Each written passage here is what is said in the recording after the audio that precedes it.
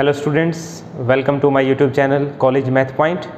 आज हम पढ़ रहे हैं BA BSc second year advance calculus का सेकेंड चैप्टर, जिसका नाम है the derivative and mean value theorem. आज हम इस चैप्टर की एक बहुत ही इम्पोर्टेंट थ्योरम जो है, जिसका नाम है रोल्स थ्योरम, उसको हम डिस्कस कर रहे हैं।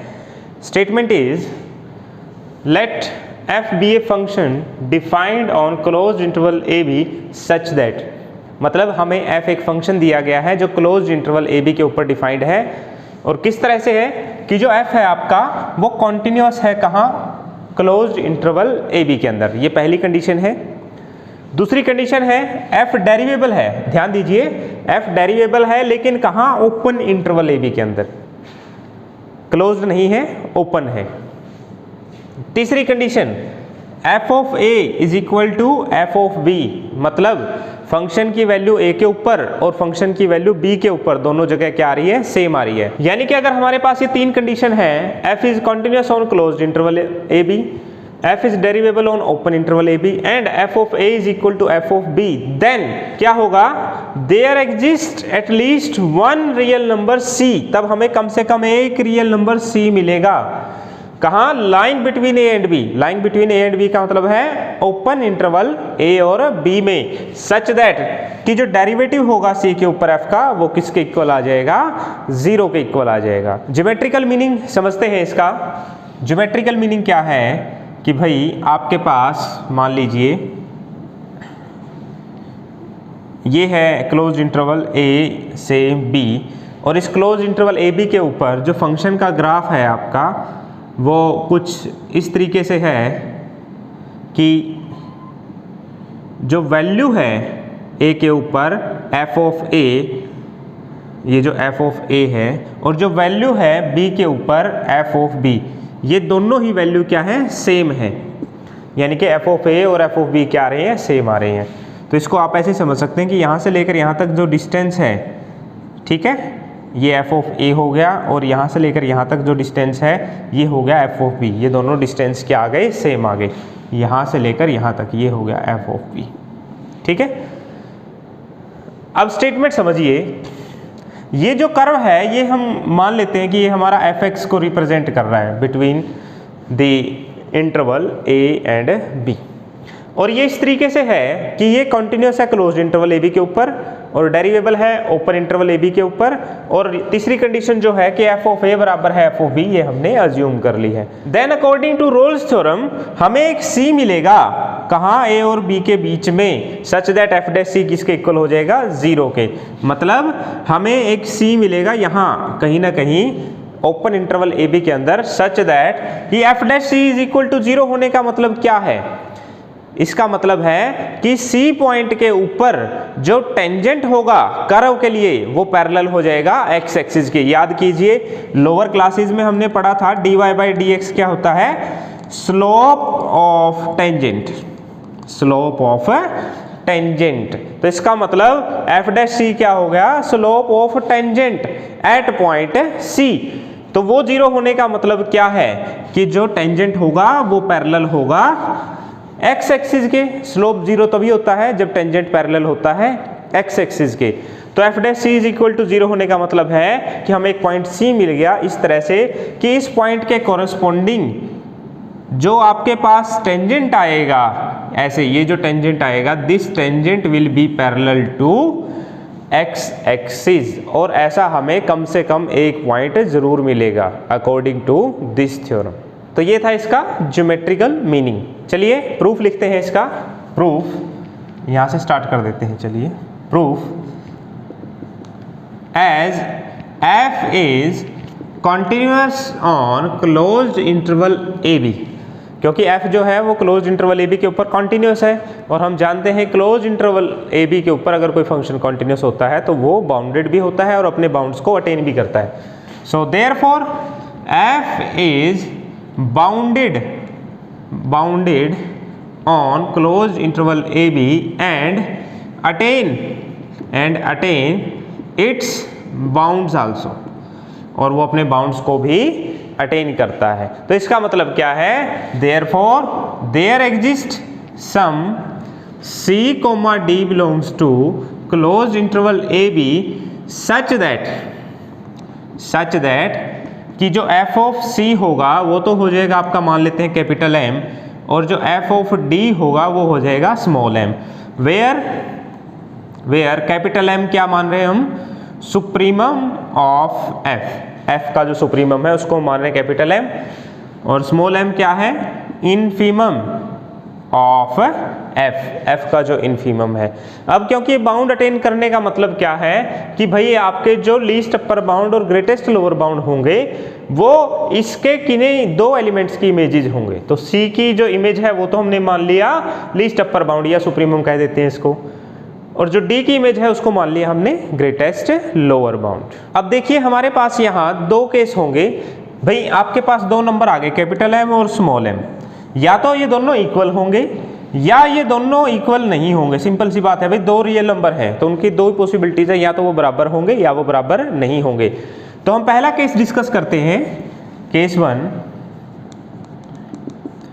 If capital M is equal to small M, that is कि अगर सुप्रीमम एफ का बराबर हो जाए इनफीमम ऑफ एफ के, यानी कि आपका जो सुप्रीमम है किसी फंक्शन का वो बराबर हो जाए इनफीमम के, और ऐसा सिर्फ एक ही केस में हो सकता है जब फंक्शन आपका क्या हो, कांस्टेंट हो।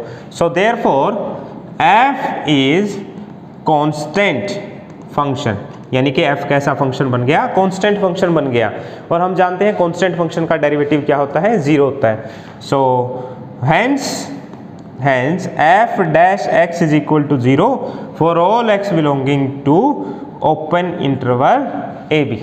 अब आपका जो डेरिवेटिव है वो इस इंटरवल के हर एक पॉइंट के लिए 0 है, तो आप उसमें से कोई भी पॉइंट ले लीजिए। सो लास्ट में लिखेंगे thus there exists some कोई भी पॉइंट कह दीजिए c belongs to open interval ab such that f dash c is equal to 0। इसका मतलब कोई ना कोई पॉइंट ऐसा एग्जिस्ट करेगा जिसके ऊपर डेरिवेटिव क्या हो जाएगा, 0 हो जाएगा। तो ये था हमारा पहला केस। केस 2 देखते हैं हम इसका। केस 2 हो जाएगा if capital M is not equal to small M, कि अगर कैपिटल एम और स्मॉल एम दोनों इक्वल ना हो। एज अब क्योंकि F of A is equal to F of B हमें गिवन है, सो देयरफॉर इधर कैपिटल M और small m will be different from f of a is equal to f of b। कहने का मतलब ये है कि भाई या तो कैपिटल M या फिर स्मॉल m की वैल्यू इनमें से कम एक ऐसा नंबर होगा जिसकी वैल्यू इनके इक्वल नहीं होगी, इनसे डिफरेंट होगी। ऐसा क्यों भाई, मान लीजिए आपकी कैपिटल M की वैल्यू f of a के इक्वल आ गई, ठीक है, और स्मॉल m की वैल्यू ये भी f ऑफ a के इक्वल आ गई, तो क्या होगा कि आपका जो कैपिटल M है वो स्मॉल m के इक्वल हो जाएगा, लेकिन हम मान रहे हैं कि कैपिटल M आपका स्मॉल m के इक्वल नहीं है। तो इसलिए कम से कम या तो कैपिटल M को या स्मॉल m को डिफरेंट होना पड़ेगा, किससे, f ऑफ a या f ऑफ b से। कही ये दोनों एक ही बात है। तो हम मान लेते हैं, सपोज भाई दोनों में से किसी एक को डिफरेंट होना, तो हम मान लेते हैं कि जो कैपिटल M है वो इक्वल नहीं है किसके, f ऑफ a के कहिए या f ऑफ b के, क्योंकि दोनों की वैल्यू क्या है, सेम है। एज अब समझिए f ऑफ c किसके इक्वल है, कैपिटल M के, और जो कैपिटल M है ना तो वो f ऑफ a के इक्वल है ना ही वो f ऑफ b के इक्वल है। सो इसका मतलब क्या हुआ, देयरफॉर f ऑफ c जो है वो बराबर नहीं है f of a is equal to f of b के। इसका मतलब क्या हुआ, सो thus c is not equal to a and c is not equal to b and therefore c belongs to open interval ab, यानी कि जो c है वो कहाँ बिलोंग करेगा, ओपन इंटरवल ab में। Also f of c is supremum of f, ये हमने माना था कि जो f ऑफ c है वो सुप्रीमम ऑफ f है, कहाँ, ऑन क्लोज इंटरवल ab के ऊपर। सो देयरफॉर इसका मतलब क्या हुआ कि जो fx होगा this will be less than और equal to f of c for all x belonging to closed interval ab। ठीक है, इसको मान लेते हैं relation number 1। Now f C minus H is less than और equal to f of C, ठीक है, and f of C plus H is also less than और equal to f of C। ऐसा क्यों, समझिए जरा कि जो C है आपका वो लाई करता है ओपन इंटरवल A और B के अंदर, ठीक है। अगर आप C में से हल्का सा भी इंक्रीमेंट करोगे, C प्लस H पे पहुंचोगे तो वो भी B से छोटा होगा, और अगर आप C में से हल्का सा आप सब्ट्रैक्ट कर दोगे H तो C माइनस H आ जाएगा, वो A से बड़ा होगा। कहने का मतलब कि जो C प्लस H होगा और जो C माइनस H होगा ये बिलोंग करेंगे इसी क्लोज्ड इंटरवल A और B के अंदर, और क्योंकि ये इसी में बिलोंग करेंगे तो इसका मतलब ये है कि इनकी जो इमेज होगी वो f ऑफ C से क्या हो जाएगी, लेस देन और इक्वल टू। क्यों, क्योंकि f ऑफ C क्या है, सुप्रीमम है। और इसका मतलब क्या है कि f of C minus H minus f of C is less than और equal to 0 and f of C plus H minus f of C is less than और इक्वल टू 0। देखिए जब हम इस इनइक्वालिटी को माइनस H से divide करेंगे, क्योंकि हम माइनस से डिवाइड कर रहे हैं तो जो ये साइन है वो चेंज हो जाएगा, इनइक्वालिटी का साइन रिवर्स हो जाएगा और ये एज इट इज रहेगा। तो जब माइनस H से इसको डिवाइड करेंगे तो ये बन जाएगा f of C minus H minus f of C divided bye minus H, this will be greater than और इक्वल टू 0 हो जाएगा। एंड इसको प्लस H से डिवाइड कर रहे हैं तो ये बन जाएगा f of C plus H minus f of C divided by H and this will be less than और इक्वल टू 0। ये जो एक्सप्रेशन है ये लेस देन और इक्वल टू 0 आ जाएगा। Now taking limit h approaches to 0, तो ये बन जाएगा limit h approaches to 0 f of C minus H minus f of C divided by minus H is greater than or equal to 0 and limit H approaches to 0 f of C plus H minus f of C divided by H, this is less than or equal to 0। यानी कि ये जो पूरी limit है ये पूरी limit less than और equal to 0 हो जाएगी। अगर हम इस पूरे एक्सप्रेशन को ध्यान से देखें, ये बन गया हमारा left hand derivative of f at point C and this is greater than और इक्वल टू 0, एंड ये बन गया हमारा right hand derivative of f at point C, this is less than और इक्वल टू 0। लेकिन C आपका belong कर रहा है ओपन इंटरवल AB के अंदर। यहां हमने प्रूव किया है, देखिए कि जो C है आपका वो ओपन इंटरवल AB के अंदर बिलोंग करता है, और f आपका डेरिवेबल है ओपन इंटरवल AB में, तो इसका मतलब f डैश C क्या होगा, रियल नंबर होगा, यानी कि f का डेरिवेटिव C के ऊपर एग्जिस्ट करेगा। But f dash C exists as C belongs to open interval AB, और ऐसा सिर्फ तभी हो सकता है अगर आपका लेफ्ट हैंड डेरिवेटिव और राइट हैंड डेरिवेटिव क्या हो, इक्वल हो। So but f dash C exists as C belongs to open interval AB and it is possible only if कि अगर आपका लेफ्ट हैंड डेरिवेटिव बराबर हो जाए राइट हैंड डेरिवेटिव के और बराबर हो जाए f डैश C के, अगर ये तीनों वैल्यू बराबर आती हैं तभी आपका ये जो डेरिवेटिव है वो एग्जिस्ट करेगा। और ये दोनों जो बराबर होंगी वो सिर्फ एक ही केस में बराबर हो सकती हैं। यहाँ देखिए, यहाँ तो ग्रेटर देन और इक्वल टू 0 है, यहाँ लेस देन और इक्वल टू 0 है, तो ये एक ही केस में बराबर हो सकती हैं कि अगर दोनों क्या हो जाए, इक्वल टू 0 हो जाए। तो इसका मतलब क्या हुआ, therefore left hand derivative at C is equal to right hand derivative at C is equal to 0, but this is equal to f dash C, so hence f dash C is equal to 0। तो इस तरह से हमने क्या किया, एक C दिखा दिया ओपन इंटरवल AB में such that f dash C क्या आ गया, 0 आ गया। Similarly we can prove that कि f डैश जो d आया था वो भी आपका 0 होगा। इसी तरीके से बिल्कुल सेम लाइंस पर आप प्रूव कर सकते हैं कि जो f डैश d होगा वो भी 0 होगा। और साथ में ये लिखेंगे कि जो ये d आया है हमारा, where d belongs to open interval AB, d को भी ऐसे ही प्रूव कर देंगे कि ये भी ओपन इंटरवल AB में बिलोंग करता है। तो हमने क्या किया, अभी पहला केस डिस्कस किया तब भी हमें एक C मिल गया, ओपन इंटरवल ए बी में such that F dash C is equal to 0। दूसरा केस हमने डिस्कस किया तब भी हमें सी मिल गया ओपन इंटरवल ए बी में such that F dash C is equal to 0। तो इसका मतलब ये हुआ कि दोनों ही केसेस में हमें एक सी मिल जाता है कि एफ डैश सी आ जाता है 0। तो इसको समराइज कर देते हैं। सो thus there exists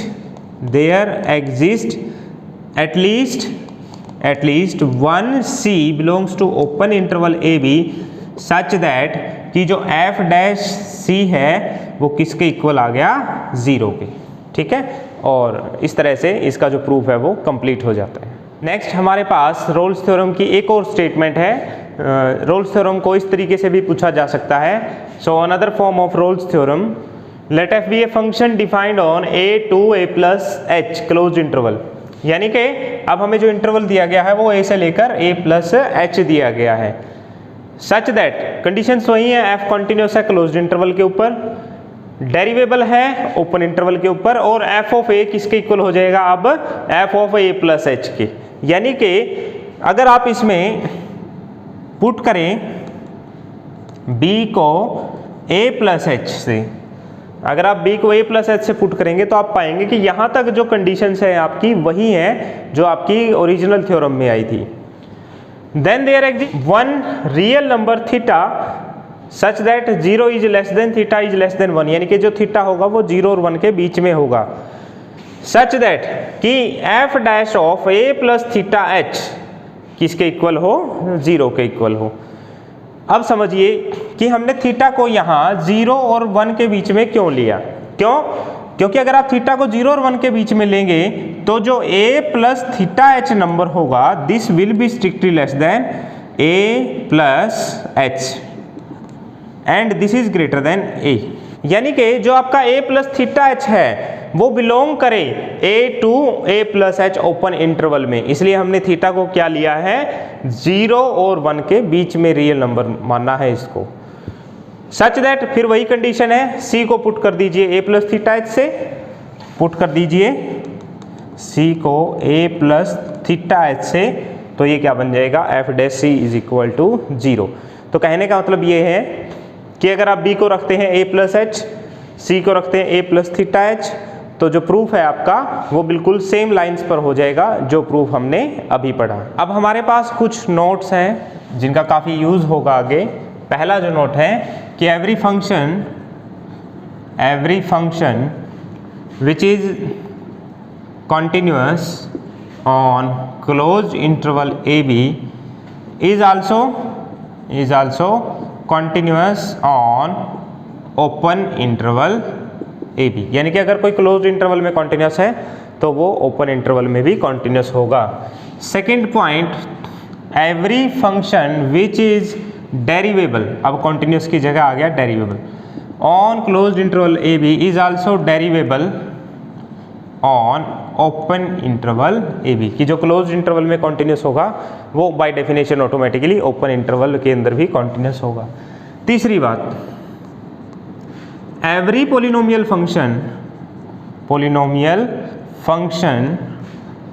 is derivable and continuous. क्योंकि डेरिवेबल है तो कॉन्टिन्यूस ऑटोमेटिकली हो जाएगा। ये हमें याद रखना है कि जब भी फंक्शन आपका पोलिनोमियल होगा तो वो डेरिवेबल भी होगा और कॉन्टिन्यूस भी होगा। फोर्थ पॉइंट है एवरी डेरिवेबल फंक्शन इज कॉन्टिन्यूस। ये रिजल्ट भी है, स्टैंडर्ड रिजल्ट है ये, कि हर एक डेरिवेबल फंक्शन क्या होता है कॉन्टिन्यूस होता है। तो इसको हम याद रखेंगे, काफ़ी जगह ये काम भी आएगा। Fifth result, the